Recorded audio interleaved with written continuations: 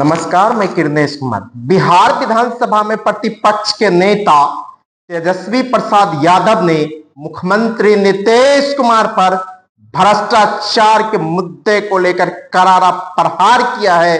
नेता प्रतिपक्ष ने कहा कि मुख्यमंत्री नीतीश कुमार उस मंत्री के यहां सुबह शाम जाते हैं जिसके विभाग के अभियंता के यहां छापेमारी में 500 करोड़, 300 करोड़ और 100 करोड़ की संपत्ति मिली है।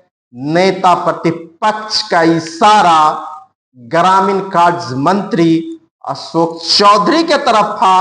हाल ही में ग्रामीण कार्य विभाग के मधुबनी में तैनात अधीक्षण अभियंता विनय कुमार राय की यहां छापेमारी हुई थी। 52 लाख रुपए मिले थे, 12.5 लाख रुपए जला दिए गए। मोकामा में सहायक अभियंता नागेंद्र कुमार की यहां छापेमारी हुई थी, वहां से भी अवैध संपत्ति मिली है।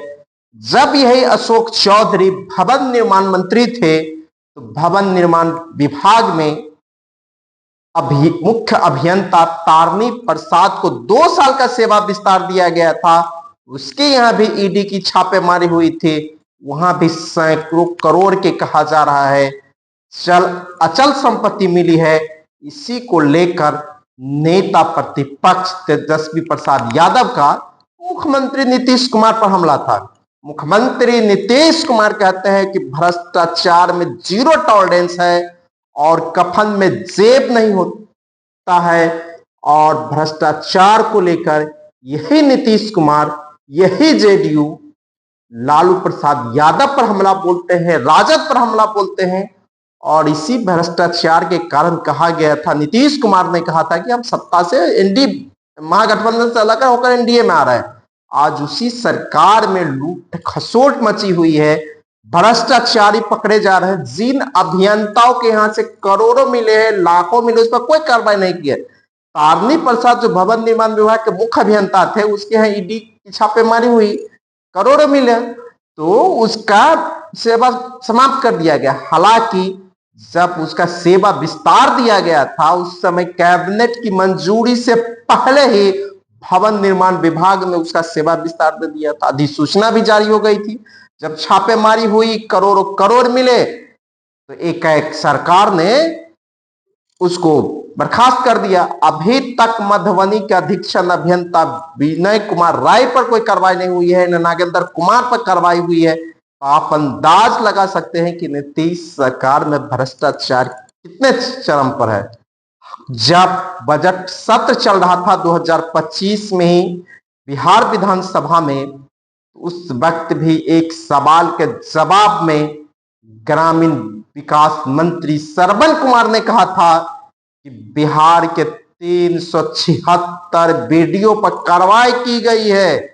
भ्रष्टाचार के मामले में, प्रधानमंत्री आवास योजना में गड़बड़ी करने के मामले में, मनरेगा के मामले में पीओ को बर्खास्त किया गया। उसके बाद मंत्री ने कहा कि हम मनरेगा कर्मी को हटाए हैं, आवास सहायक को हटाए हैं। तो आप अंदाज लगा सकते हैं बिहार में भ्रष्टाचार की क्या स्थिति है। जिस विनय कुमार राय पर तेजस्वी हमला बोल रहे थे, अशोक चौधरी पर हमला बोल रहे थे, और मुख्यमंत्री नीतीश कुमार पर हमला बोल रहे थे। मुख्यमंत्री नीतीश कुमार कई बार अशोक चौधरी के यहाँ जाते हैं, चर्चा हो रही है, राजनीतिक गलियारे में कई तरह की चर्चा है, उसी को लेकर करारा प्रहार कर रहे थे। चुनाव होना है इस साल अक्टूबर नवंबर में, अभी मतदाता सूची तैयार करने की कार्रवाई चल रही है, एसआईआर हुआ है, औपबंधिक मतदाता सूची पर दावा एवं आपत्तियां लेने की तिथि 1 सितंबर को समाप्त हो गई। अब 30 सितंबर को मतदाता सूची आएगी और अक्टूबर के पहले सप्ताह में चुनाव कार्यक्रम होंगे। इससे पहले बिहार में आरोप प्रत्यारोप का दौर भी शुरू हो गया है और विपक्ष ने करारा प्रहार करना सरकार पर शुरू कर दिया है। मुख्यमंत्री नीतीश कुमार के पास कोई जवाब नहीं है इन भ्रष्टाचारियों पर कार्रवाई को लेकर। सरकार भले ही कहती हो कि भ्रष्टाचार में जीरो टॉलरेंस है, लेकिन नीतीश सरकार में अधिकारियों की चलती है, पदाधिकारियों की चलती है, इंजीनियरों की चलती है। नेताओं और पार्टी कार्यकर्ताओं को नहीं सुना जाता है। और इस सरकार में ट्रांसफर पोस्टिंग भी एक उद्योग हो गया है और विभिन्न योजनाओं में लूट भी आम बात हो गई और यहाँ टेंडर के घोटाले भी होते हैं। तेजस्वी यादव ने एक और बात कही, कहा कि जिस विभाग के मंत्री ग्लोबल टेंडर करते हैं वहां के विभाग में करोड़ों करोड़ इंजीनियर के यहां से मिल रहे हैं, तो इसी ग्लोबल टेंडर को लेकर अशोक चौधरी पर बिहार सरकार में भारतीय जनता पार्टी की कोटे से उप मुख्यमंत्री विजय कुमार सिन्हा ने हमला किया था, प्रहार किया था और कहा था कि ग्रामीण कार्य विभाग में सड़कों के निर्माण में गड़बड़ी है, टेंडर में गड़बड़ी है और सत्ताधारी दल के विधायकों को पूछा नहीं जा रहा है। और महागठबंधन एनडीए की बैठक में ही जमकर तू मैं हो गई थी। उसके बाद कैबिनेट में भी विजय सिन्हा और अशोक चौधरी भिड़ गए थे। तो यह हालात है नीतीश कुमार की सरकार का, जो सरकार भ्रष्टाचार में जीरो टॉलरेंस की बात करती है। उसके मंत्री सदन में गजते हैं कि हमने 450 वीडियो पर कार्रवाई की है।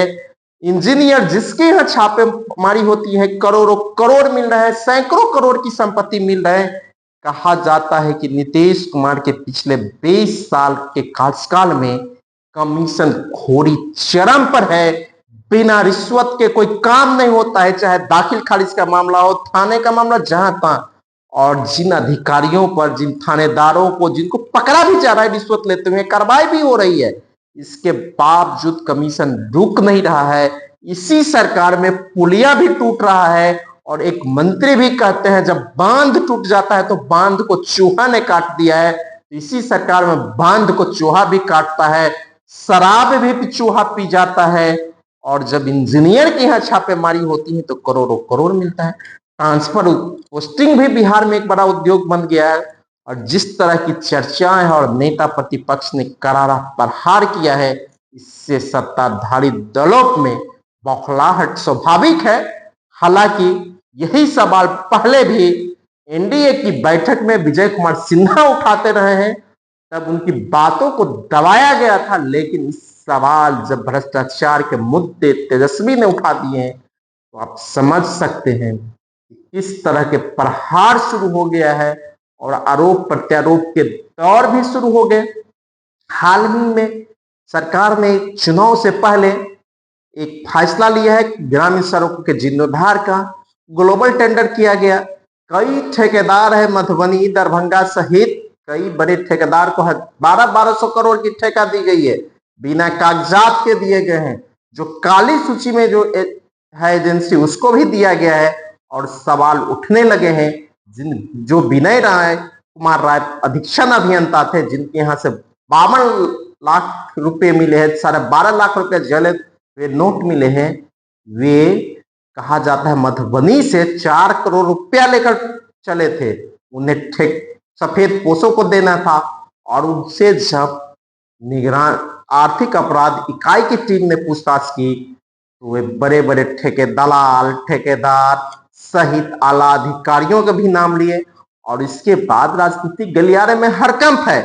हालांकि कहा जा रहा है कि मुख्यमंत्री नीतीश कुमार और आला अधिकारी इसको झांपने में लगे हुए हैं, तोपने में लगे हुए हैं कि मामले का खुलासा न हो जाएगा, क्योंकि चुनाव है और चुनाव पैसे से लड़ा जाता है। पैसा की व्यवस्था वहीं से आता है, ट्रांसफर पोस्टिंग हो, इंजीनियर दो, कमीशन से, और इसी सबसे पैसा आता है। और इस सरकार में ट्रांसफर पोस्टिंग और कमीशन खोरी आम बात हो गई, कोई बिना पैसा का काम नहीं होता। इस तरह का माहौल है। आप चले जाइए, दाखिल खारिज कराना हो, कोई कल्याणकारी काम के लिए जाइए, बिना रिश्वत के काम नहीं होता। यहाँ थाने बिकते हैं, ब्लॉक बिकते हैं और जिला भी बिकते हैं। बिना पैसे के न जिला मिलता है, न ब्लॉक मिलता है, न थाना मिलता है। यह भी आम बात है और इस सवालों को तेजस्वी ने सदन में उठाया था और अब सड़क पर भी उठाने लगा है और इससे करारा प्रहार ही कहा जाए। महागठबंधन ने शुरू कर दिया है। बिहार विधानसभा चुनाव से पहले लगातार जिस तरह के आरोप प्रत्यारोप के दौर शुरू हो गए और सरकार की घेरेबंदी शुरू हो गई है, इससे साफ लगने लगा है इस बार का बिहार विधानसभा चुनाव काफी रोचक होगा और इस तरह से तेजस्वी ने मोर्चा खोला है और तेजस्वी ने यह भी कहा कि यह सरकार नकलची है, हम जो घोषणा करते हैं उसे यह सरकार लागू करती है। और इस तरह के कई आरोप भी तेजस्वी प्रसाद यादव ने लगाए हैं और इस आरोप के बाद बौखलाहट स्वाभाविक है। धन्यवाद। मैं किरनेश कुमार। मोदी जी, नीतीश जी भ्रष्टाचार के बारे में बोलते हैं, किस मुंह से बोलते हैं भ्रष्टाचार में? इनके केवल इंजीनियर साहब, ग्रामीण कार्य विभाग के इंजीनियर साहब 100-100 करोड़ रुपया पकड़ाता है। एक इंजीनियर के घर से कितना मोदी। अगर आपको ये खबर अच्छी लगी तो चैनल को सब्सक्राइब करना नहीं भूलें और बेल आइकन जरूर दबाएं।